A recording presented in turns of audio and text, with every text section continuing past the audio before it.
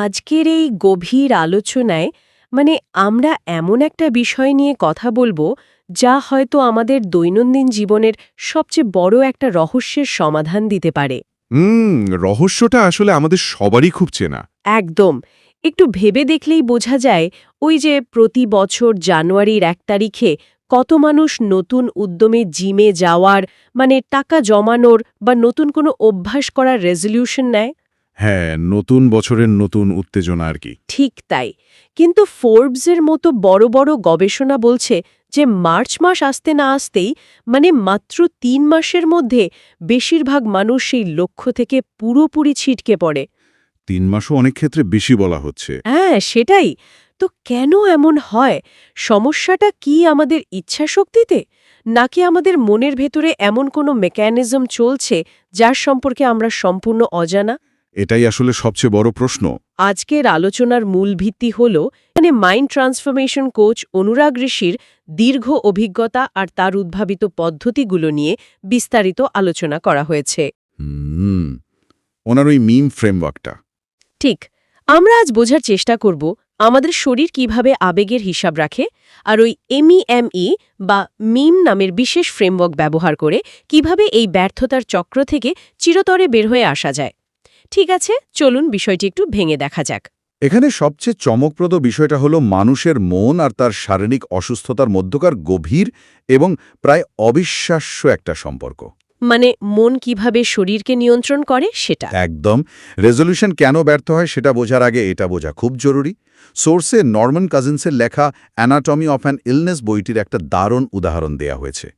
ঘটনাটা চিকিৎসা বিজ্ঞানের প্রচলিত চিন্তাধারাকে রীতিমতো কাঁপিয়ে দিয়েছিল। হ্যাঁ, সোর্সে এই ঘটনাটা দেখে আমি রীতিমতো অবাক হয়েছি। একজন মানুষকে ডাক্তাররা পরিষ্কার বলে দিয়েছেন যে তার হাতে আর মাত্র 6 মাস সময় আছে। আর তার শারীরিক যন্ত্রণাও তো ভীষণ তীব্র ছিল। দিনে 26টি করে কড়া পেনকিলার খেতে হতো তাকে। তারপরও ব্যথা কমতো না। সেই ভয়াবহ অবস্থায় কি কেউ সুস্থ হওয়ার কথা ভাবতে পারে? ঠিক ওই জায়গাতে নরম্যান কাজিন্স একটা যুগান্তকারী প্রশ্ন করেছিলেন নিজেকে। তিনি ভাবলেন, দীর্ঘদিন ধরে জমে থাকা নেতিবাচক চিন্তা, স্ট্রেস বা শৈশবের কোনো ট্রমা যদি মানুষের শরীরকে এত ভয়ঙ্করভাবে অসুস্থ করে তুলতে পারে, তাহলে এর উল্টোটাও তো সত্যি হওয়া উচিত। এক্স্যাক্টলি। আনন্দ বা প্রবল পজিটিভ আবেগ কি তাহলে শরীরকে নিরাময় করতে পারে না? এই লজিক থেকে তিনি এক অদ্ভুত পরীক্ষা শুরু করেন। তিনি হাসপাতালের বিছানায় শুয়ে প্রতিদিন হাসির সিনেমা দেখতে শুরু করলেন। আর ফলাফলটা তো একেবারে ম্যাজিকের মতো। সোর্সে বলা হচ্ছে মাত্র 20 মিনিটের গভীর হাসি, বা যাকে বেলি লাফটার বলে, সেটা তাকে টানা 2 ঘন্টার সম্পূর্ণ যন্ত্রণাহীন ঘুমের সুযোগ করে দিত। ভাবা যায়। যে কাজটা 26টা পেনকিলার করতে পারছিল না, সেটা স্রেফ হাসির কারণে সম্ভব হলো। আনন্দ যে কতটা শক্তিশালী ওষুধ হতে পারে এটা তার এক জ্বলন্ত প্রমাণ। আর এই নিরাময় শুরুটা হয় বর্তমান মুহূর্তে বাঁচতে শেখার মাধ্যমে। কিন্তু সমস্যা হলো, আধুনিক জীবনযাত্রায় মানুষ বর্তমানকে প্রায় হারিয়েই ফেলেছে। সবসময় একটা মানসিক টানাপোড়েন চলে। এই বিষয়টা বোঝাতে সোর্সে একটা চমৎকার রূপক ব্যবহার করা হয়েছে। মানুষ তাদের যৌবন বিক্রি করে দেয় বার্ধক্য কেনার জন্য। কথাটা শুনলে একটু ধাক্কা লাগে বটে। কিন্তু এটাই সত্যি। ছোটবেলায় সবাই তাড়াতাড়ি বড় হতে চায়, ভাবনায় থাকে কবে স্বাধীন হবে। আবার যখন সত্যিই বড় হয়ে যায়, তখন সেই ছোটবেলার চিন্তাহীন জীবনের জন্য আফসোস করে। হ্যাঁ, ওই সব সময় অতীত বা ভবিষ্যৎ নিয়ে পড়ে থাকা। আর এর ফলে বর্তমান মুহূর্তটা একেবারে হাতছাড়া হয়ে যায়।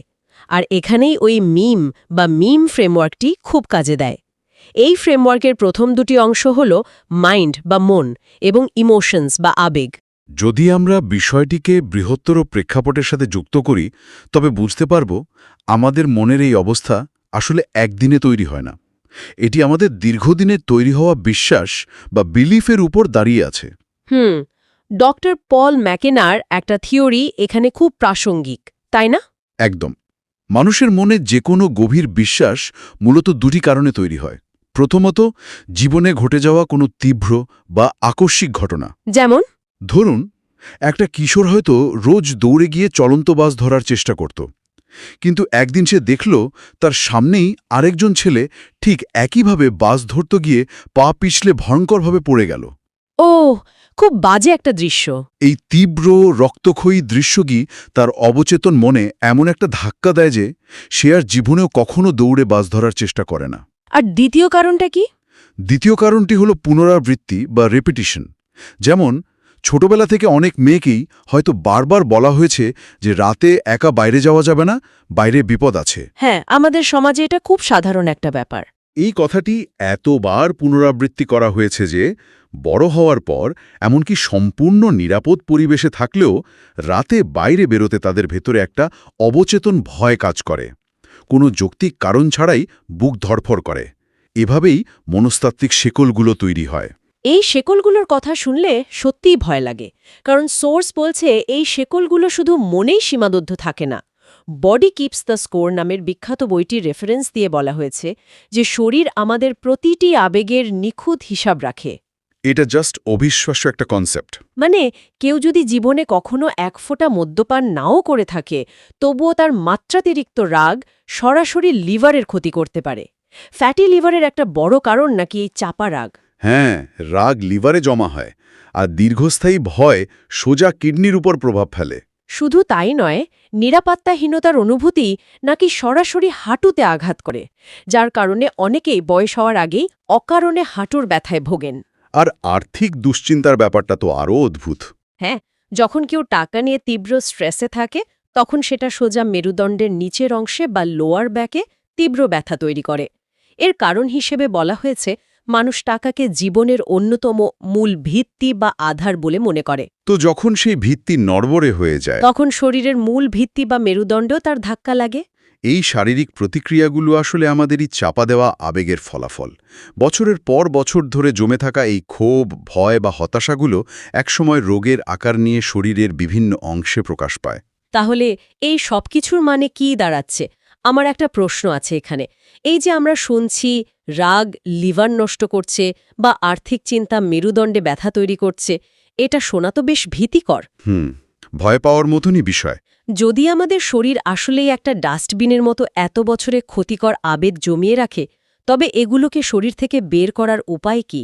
উপায় অবশ্যই আছে, আর সেটাকে বলা হয় ক্যাথারসিস বা আবেগের রেচন। এর জন্য প্রথমে শরীরকে ফিজিক্যাল অ্যাক্টিভিটি বা তীব্র শারীরিক কসরতের মাধ্যমে এতটাই ক্লান্ত করতে হয় যেন সচেতন মনের সাময়িক মৃত্যু ঘটে। সচেতন মনের মৃত্যু মানে? মানে যখন শরীর একেবারে পরিশ্রান্ত হয়ে পড়ে, তখন মানুষের ইগো বা অহংকার, যা সবসময় আমাদের ডিফেন্স মেকানিজম হিসেবে কাজ করে, সেটা পুরোপুরি সরে যায়। ও, বুঝতে পেরেছি। সেই বাধাহীন অবস্থায় নিজের ভেতরের সব নেতিবাচক আবেগ, কষ্ট, ক্ষোভ বা ট্রমা একটি কাগজে বিস্তারিত লিখে ফেলার কৌশলটি দারুণ কার্যকর। আচ্ছা, কিন্তু শুধু কাগজে লিখলেই কি এত বছরের পুরনো ট্রমা মুছে যাবে? এই বিষয়টা একটু কেমন যেন লাগছে। শুধু লিখতা বলা হয়নি সোর্সে। আসল কাজটা হলো এরপর সেই কাগজটিকে আগুনে পুড়িয়ে ছাই করে ফেলতে হবে, যেন একটি অগ্নিকুণ্ডে সেই নেতিবাচক আবেগগুলোর দাহ হচ্ছে। মানে একটা বনফায়ার তৈরি করা। হ্যাঁ, এই কাজটা অবচেতন মনকে একটা খুব শক্তিশালী সিগন্যাল দেয়।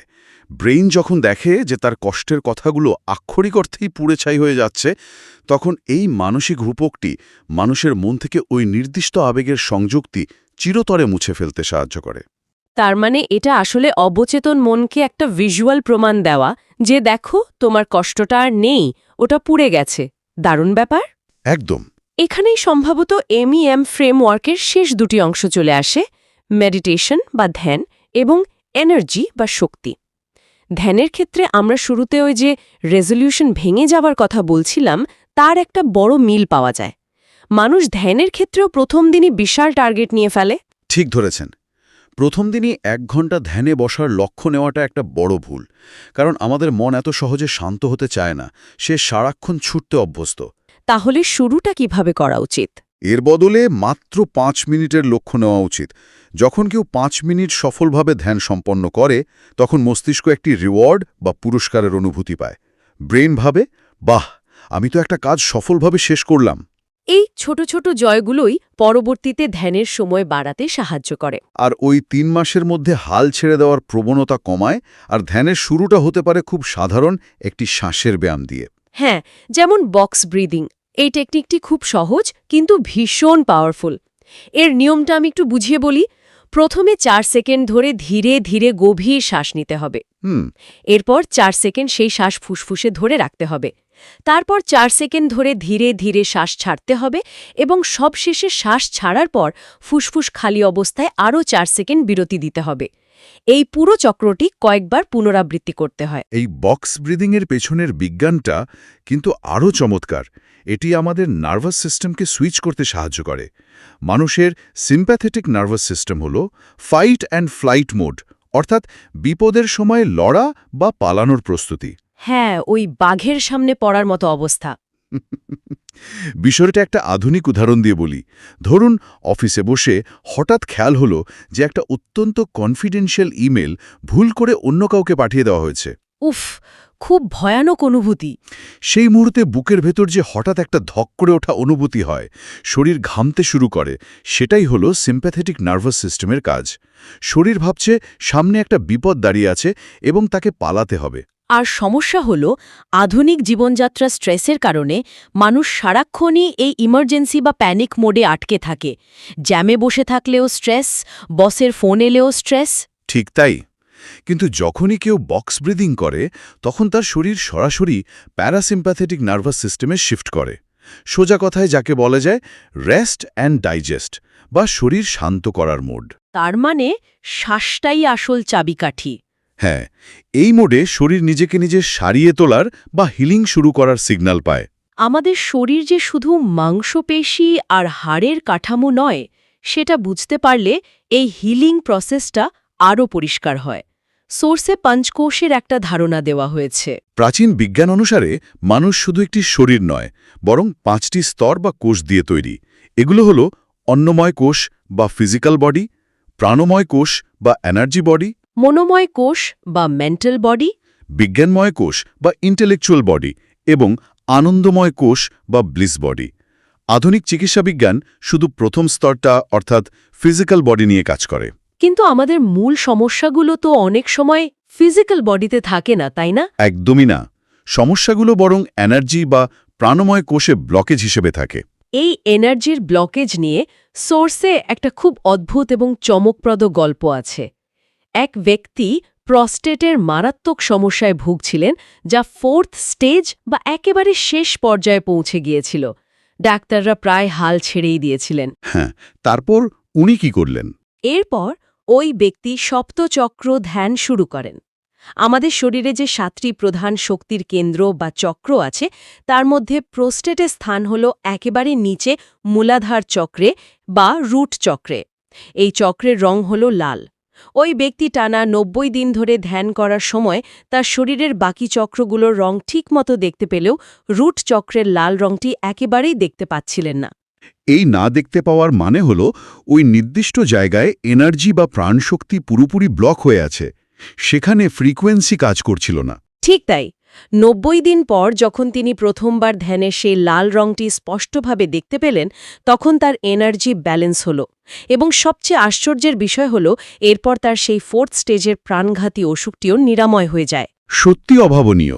এখন কথা হলো, শুধু একটা নির্দিষ্ট রঙের দিকে ফোকাস করে এনার্জি আনব্লক করার এই দাবিটা শুনতে অনেকটা ম্যাজিকের মতো লাগে।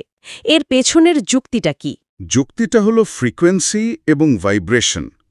যখন ওই ব্যক্তি লাল রঙের উপর ফোকাস করার চেষ্টা করছিলেন, তখন তিনি আসলে ওই মূলাধার চক্রের নির্দিষ্ট ফ্রিকোয়েন্সির সাথে নিজের ব্রেইন ওয়েভকে সিঙ্ক বা মেলানোর চেষ্টা করছিলেন। মানে একটা টিউনিংয়ের মতো কাজ করছিল।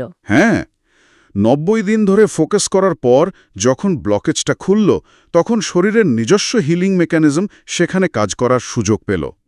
এটি এনার্জি ট্রান্সফরমেশন বা শক্তির রূপান্তরের একটা অসাধারণ দৃষ্টান্ত। ব্যাপারটা সত্যিই ভাবনার বিষয়। আচ্ছা, তাহলে ল অফ অ্যাট্রাকশন বা আকর্ষণের সূত্র এখানে কিভাবে কাজ করে?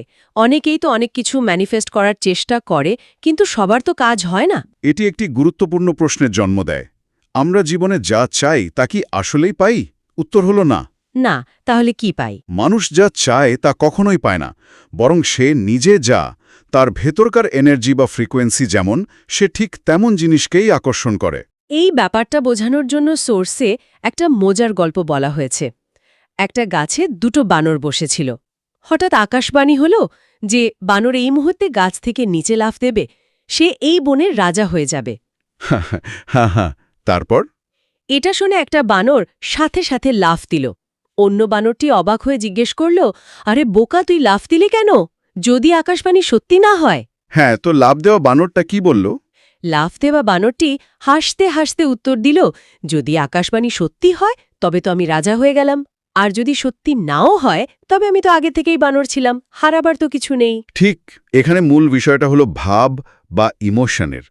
লাফ দিলে রাজা হওয়ার যে রোমাঞ্চ, হারানোর কোনো ভয় না থাকাটাই হলো আসল। এই ভাবের আরেকটা দারুণ উদাহরণ হল অ্যারিগাতো মানে কনসেপ্ট। জাপানি ভাষায় অ্যারিগাতো মানে ধন্যবাদ। আমরা যখন বেতন পাই বা কোথা থেকে টাকা আসে তখন খুব খুশি হই। সেটা তো স্বাভাবিক। কিন্তু এই কনসেপ্ট শেখায় যে শুধু টাকা আসার সময় নয়, বরং টাকা যাওয়ার সময়ও তাকে ধন্যবাদ দিতে হবে। যেমন ধরুন, গ্রোসারি শপে গিয়ে বাজারের বিল দেওয়ার সময় বা হাসপাতালে চিকিৎসার বিল দেওয়ার সময়। সাধারণত এই সময় মানুষের মনে খুব কষ্ট হয়, মনে হয় এতগুলো টাকা চলে গেল। হ্যাঁ, কিন্তু অ্যারিগাতো মানি শেখায় যে ওই টাকাটা কোনো না কোনো ভ্যালু তৈরি করে দিয়ে যাচ্ছে। টাকাটা দিয়ে পরিবার ভালো খাবার খেতে পারছে বা শরীর সুস্থ হচ্ছে, তাই টাকা দেওয়ার সময়ও একটা কৃতজ্ঞতার ভাব বা ফিলিং রাখা উচিত। একদম তাই। কারণ ভয়, সন্দেহ বা অভাববোধ থেকে যদি কেউ কোনো কিছু আকর্ষণ করতে চায়, তবে তা কখনোই সফল হয় না। কারো যদি সবসময় মনে হয় আমার কাছে টাকা নেই, আমাকে অনেক টাকা পেতে হবে, তবে ইউনিভার্স তার ওই নেই বা অভাববোধটাকেই বেশি করে ক্যাচ করে। মানে অভাব থেকেই অভাবের সৃষ্টি হয়। এর বদলে কাঙ্ক্ষিত জিনিসটি পেলে যে আনন্দ, নিরাপত্তা বা কৃতজ্ঞতা অনুভূত হতো, সেই ভাব বা অনুভূতিটি আজ এই মুহূর্তে থেকেই নিজের ভেতর তৈরি করতে হবে। এই কনসেপ্টটা তো ওই নিউ ইয়ার রেজলিউশনের সাথেও দারুণভাবে মিলে যায়। মানুষ যখন জিমে গিয়ে ওজন কমানোর চেষ্টা করে, তখন তারা আয়নায় দেখে হতাশ হয় যে এখনো ওজন কমেনি। তারা অভাবের ওপর ফোকাস করে। অথচ তাদের ফোকাস করা উচিত সুস্থ থাকার আনন্দের ওপর। আর এখানেই বিষয়টা আরও ইন্টারেস্টিং হয়ে ওঠে মেন্টাল মুভি টেকনিকের মাধ্যমে। Mental movie technique? হ্যাঁ, নিকোলা টেসলার একটা বিখ্যাত উদ্ধৃতি আছে।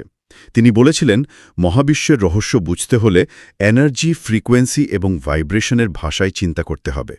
মেন্টাল মুভি টেকনিক ঠিক এই সূত্র ধরেই কাজ করে। কিভাবে? নিজের ভবিষ্যতের একটি কাঙ্ক্ষিত সিনেমা নিজের মস্তিষ্কে চালানো। ব্রেইন আসলে বাস্তব ঘটনা এবং গভীর কল্পনার মধ্যে খুব একটা পার্থক্য করতে পারে না। আপনি যদি চোখ বন্ধ করে একটা খুব টক লেবু কাটার দৃশ্য কল্পনা করেন, দেখবেন মুখে জল চলে এসেছে। হ্যাঁ, এটা ঠিক। কিন্তু একটা সিনেমা রোজ দেখতে দেখতে তো একসময় বোরিং লাগতে শুরু করে। তখন তো ইমোশন বা ভাব ফিকে হয়ে যাবে। ঠিক এই কারণে সোর্সে বলা হয়েছে যে তখন সেই সিনেমার সিকুয়েল তৈরি করতে হবে নিজের মনে। যেমন একটা হিট সিনেমার পর পার্ট 2, পার্ট 3 আসে, ঠিক তেমনি মূল উদ্দেশ্য হল সেই পজিটিভ আবেগের ফ্রিকোয়েন্সি ধরে রাখা। এটা অনেকটা প্ল্যাসিবো এফেক্টের মতো, তাই না? মানুষের বিশ্বাস কতটা শক্তিশালী হতে পারে তা হাইপোকন্ড্রিয়া থেকে খুব ভালো বোঝা যায়। হাইপোকন্ড্রিয়ায় আক্রান্ত ব্যক্তি অযথাই ভাবতে থাকে যে তার বড় কোনো অসুখ হয়েছে। আর এই নেতিবাচক চিন্তার জোরে সত্যিই তার শরীরে রোগের লক্ষণ প্রকাশ পেতে শুরু করে। একে নোসিবো এফেক্টও বলা যায়। অন্যদিকে প্ল্যাসিবো হলো এর বিপরীত, যেখানে রোগীকে হয়তো শুধু চিনির বড়ি দেওয়া হয়, কিন্তু সে বিশ্বাস করে যে এটাই আসল ওষুধ। আর শুধু এই গভীর বিশ্বাসের জোরেই তার শরীর সেরে ওঠে। হ্যাঁ, বিশ্বাসই এখানে আসল ক্যাটালিস্ট। এই বিশুদ্ধ ভাবে পারে বর্তমান ও ভবিষ্যতের বাস্তবতা বদলে দিতে। অসাধারণ একটা আলোচনা হলো আজ। পুরো আলোচনাটি যদি আমরা একটু গুছিয়ে নিই, তবে একটা বিষয় খুব পরিষ্কার হয়ে যায়। জীবনে নতুন কিছু শেখার চেয়েও অনেক বেশি জরুরি হল আমাদের মস্তিষ্ক থেকে ভুল শিক্ষা বা লিমিটিং বিলিফগুলো মুছে ফেলা। একদম।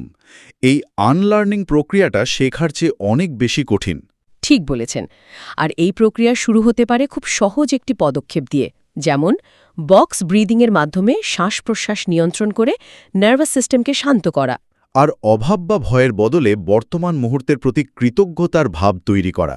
আজকের এই বিশাল জ্ঞানের ভাণ্ডারের গভীরে প্রবেশের ক্ষেত্রে you can heal your life, becoming supernatural এবং দ্য প্লাসিবোর মতো বইগুলোর রেফারেন্স আসলেই অসাধারণ কিছু দিক নির্দেশনা দেয়।